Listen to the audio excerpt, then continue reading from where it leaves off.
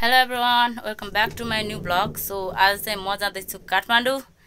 अस्ति चाहिँ दिदीको सामानहरू यहीँ छुट्याएको थिएँ, सो त्यही भएर यहाँ प्याकिङ स्याकिङ सब भइसक्यो। 3वटा सुर्केस छ अनि म चाहिँ 3वटै सुर्केस लिएर जाँदैछु आज काठमाडौँ। आज मेरो 2 बजेको फ्लाइट छ काठमाडौँको लागि।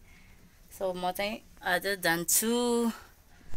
सो गाइज, यहाँ चाहिँ मैले हालिसकेँ सामानहरू अनि अब यहाँबाट निस्किनु लगाएको एकछिन भइरहेको छ। यहाँ टोमी यहाँ मलाई पछाएर हैरान छ। हेलो, आजको मेरो यात्रा काठमाडौँसम्मको लागि पानी परेर हैरान छ। जहिले पनि पानी आउँछ, यसले त मलाई हैरान पारेछ। न त पानी आउँछ न त धुलो आउँछ। उतै माथि यसरी खपाइदेऊ न। नै भइहाल्छ होला। भन्दियो त्यही बस्नु त्यही बस्नु। यता फर्किन्छ कि यता फर्किन्छ? यो बन्द हुन्छ त। बन्द गरिदिनु यो। पानी गरिदिनु, म आनन्दले अगाडि हेरेर बस्छु।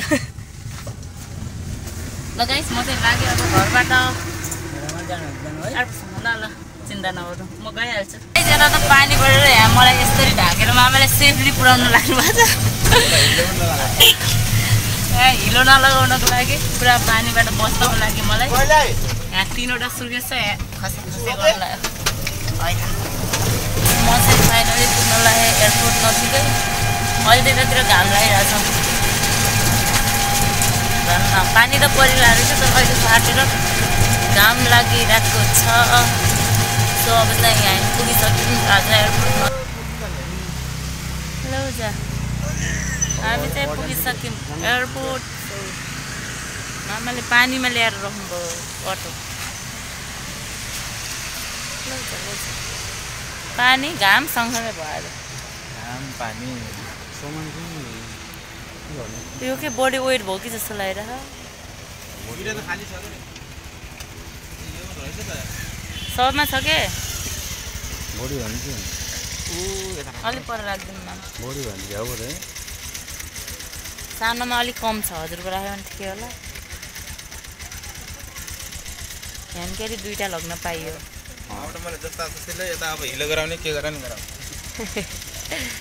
हजुरको जिम्मा। यसमा त झन् मेन हो, खानेकुरा र भाँडाहरू त्यसमै छ। यही छ कि झन् 15 किलोभन्दा बढी छ कि भन्ने टेन्सन त यहीमा हो। सानो लगेज छ त्यो त 2टा गरेर भन्दा मान्छ मान्ने डिभर हान्नु पर्ने। खै 2टा भनेर मान्ला कि नाइ मलाई। 2टा हुन्छ त। नै अनि त्यसमा बडी वेट भयो भने भन्नु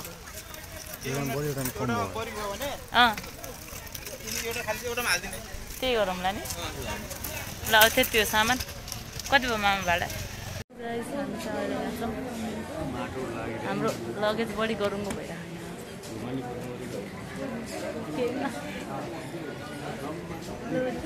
जाने भित्र कति बेला हो? सो हामी यहाँ वेट गरिरहेको छौँ। 1:16 भइसक्यो। जाऊँ न त भित्र, त्यहाँसम्म जाऊँ। सोधौँ भने टिकटहरू त्यो गराउनु पर्ने हुन्छ।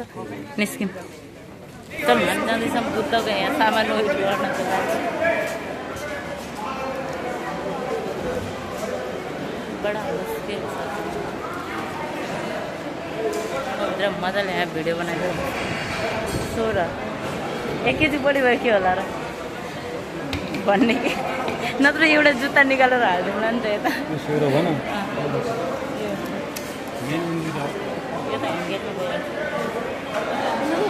ठुलोवाला चाहिँ 16 केजी पुगेछ। 12 म्यान भयो त्यहाँ सोध्नु न। सामानहरू के हुन्छ थाहा छैन। एयरपोर्टभित्रको पहिलो एक्सपिरियन्स मेरो, फर्स्ट टाइम। यहाँ त 2:30 बजेको फ्लाइट भनेको 3:30 भइसक्यो तर पनि अहिलेसम्म प्लेन आएको छैन। हामी यहाँ बसै भइसक्यो। झ्याउलाइसक्यो। घरबाट हतार गरेर आएको, झन् आएर बस्न हात लायो। ल हामी त यहाँ ठगै लगाइसक्यो बस्दा अझै प्लेन आएको छैन। अब कति बजे काठमाडौँ पुग्ने हो? गाह्रो छ। वेट गरिरहेको छौँ अझै। फाइनल्ली हाम्रो प्लेन आइसक्यो अनि अब हामी जाँदैछौँ प्लेन हो। बस्दा हालत खराब भयो। अब चाहिँ बल्ल पालो आयो हाम्रो। हामी चाहिँ अहिलेसम्म लाइनमा। हाम्रो प्लेन चाहिँ यहाँ छ। हाय हाय घाम अपोजिट भयो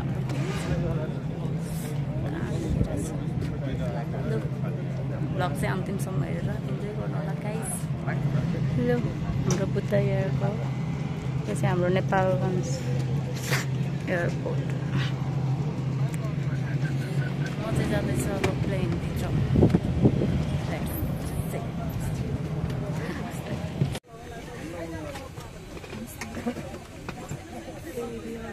किधर है हमारा सीट किधर सो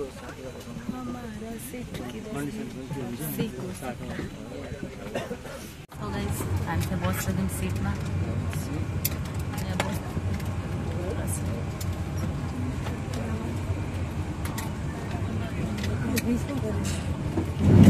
अहिले चाहिँ हामी छौँ आकाशको माथि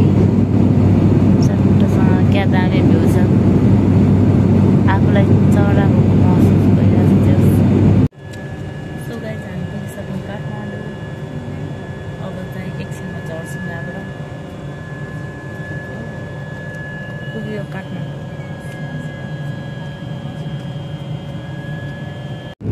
लु हाम्रो धरहरा देखिरहेछ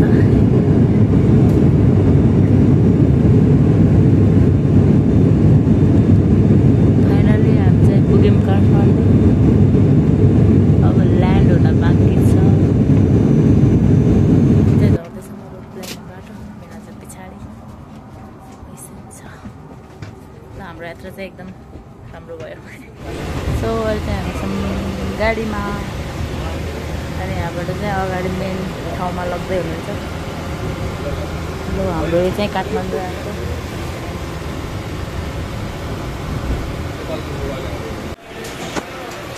ल हामी चाहिँ पुग्यौँ म भयो हाम्रो लगेजबाट आउँदैछ कस्तो भयो त प्लेनको यात्रा रमाइलो भयो त्यो त चाहिँ अब हाम्रो ब्याग आउनेवाला छ सुटकेस अनि यहाँबाट हामी रिसिभ गरेर निस्किन्छौँ अलि उतै जानुपर्छ कि हल्लाइन लाग्नु कि यहीँ बस्छौँ हामी यहीँ वेट गरिरहेको छौँ हाम्रो फर्स्ट एक्सपिरियन्स चाहिँ एकदम खतरनाक थियो मलाई चाहिँ एकदम रमाइलो मजा आयो फर्स्ट टाइम हो नि त सो मैले चाहिँ एकदमै इन्जोय गरेँ मेरो हामी फर्स्ट टाइम आएको थाहै नपाएर अन्त हेरिरहेको यता रहेछ बुद्ध एयरको आउने लाज खै दुइटै हिँड्छ नि सँगै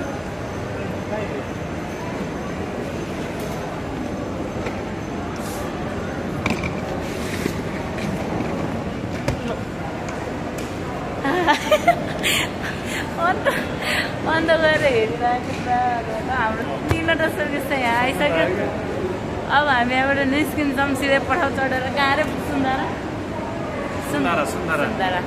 सो अब हामी लाग्यौँ सुन्दारातिर सो गाइज हामीले चाहिँ ट्याक्सी पनि पाइसक्यौँ अब जान मात्रै बाँकी छ हुन्छ जानु खोज्नु हजुर नबस्छौँ कि भेला चाहिँ एकछिन झ्याउला खायो प्लेनमा बसेर त्यो हेरी आँखा दुख्ने भयो आज जस रमाइलो भयो म के अरे फर्स्ट टाइम मजाले बादलहरू हेरेर कस्तो रमाइलो लाग्यो मलाई त कस्तो लाग्यो हजुरलाई फर्स्ट टाइम थियो नि त होइन फर्स्ट टाइम थियो अनि त्यसरी बादलहरू आँखै अगाडि नजिकबाट त्यसरी देखाएको थिएन एकदम मैले त पुरै ट्रिप नै इन्जोय गरेँ आज जस रमाइलो भयो यहाँ त लास्टै ठग्दा रहेछन् मान्छेहरू 1000 रुपियाँ भन्थ्यो 1000बाट यहाँ घटाइ 400मा ल्याएछौँ हामीले ट्याक्सीवालालाई मान्दै नमानेर हैरान्छ लु यो चाहिँ हाम्रो एयरपोर्ट हो हामीहरू बल्ल अहिले 6:02 गइसक्यो एयरपोर्टमै छौँ अझ कति बेला निस्किने हो यहाँबाट साँझ जाँदैछौँ अब दिदीको ठाउँमा क्याब चढेर हिँड्ने हो एयरपोर्टबाट अन्तिमसम्म इन्जोय गर्नुहोस् हाम्रो काठमाडौँको यात्रा चाहिँ एकदम सफल भयो जस राम्रैसँग ल्यान्डिङ भयो अब चाहिँ जाँदैछौँ कोठामा दिदी भएको ठाउँमा जाँदैछौँ हामी चाहिँ कस्तो बमिलो लाग्छ हामी पुग्यौँ धरारा अहिले आएर मेरो हालत खराब भइसक्यो क्याबमा बसेको मलाई बमेटो लास्तो भएर कति बेला पुगौँला भन्ने भएको मलाई है यहाँनिर कस्तो दामी भ्यू रहेछ हामी चाहिँ यहीँ दिदीले धरहराको अगाडि आएर वेट गर भनेर यहीँ आएर बसिरहेको छौँ आएपछि जान्छौँ दिदीको इन्ट्री भइरहेछ गाइस यताबाट आइरहेको छु मैले देखिसकेँ दिदीको इन्ट्री हुँदैछ दिदीको इन्ट्री हामी यहीँ वेट गरेर बसिरहेको थियौँ आइरहेको पछाडिबाट कता हो सरासर कता हो मलाई बमेटो लास्तो भएर मैले भन्दैन गाडीमा पाउँदा गाडीमा नै यो क्याबमा यो क्याबमा लु अब हाम्रो भेट भयो अब चाहिँ हामी जान्छौँ room guys thank you so much ल अब चाहिँ हामी जान्छौँ रुममा ल म समय हाल्छु कता हो जाने ल हामी चाहिँ लाग्यौँ अब दिदीको रुमतिर thank you so much guys video अन्तिमसम्म हेरिदिनु भयो हेरिसकेपछि लाइक कमेन्ट एन्ड सब्सक्राइब गर्न नबिर्सिनु होला बाई बाई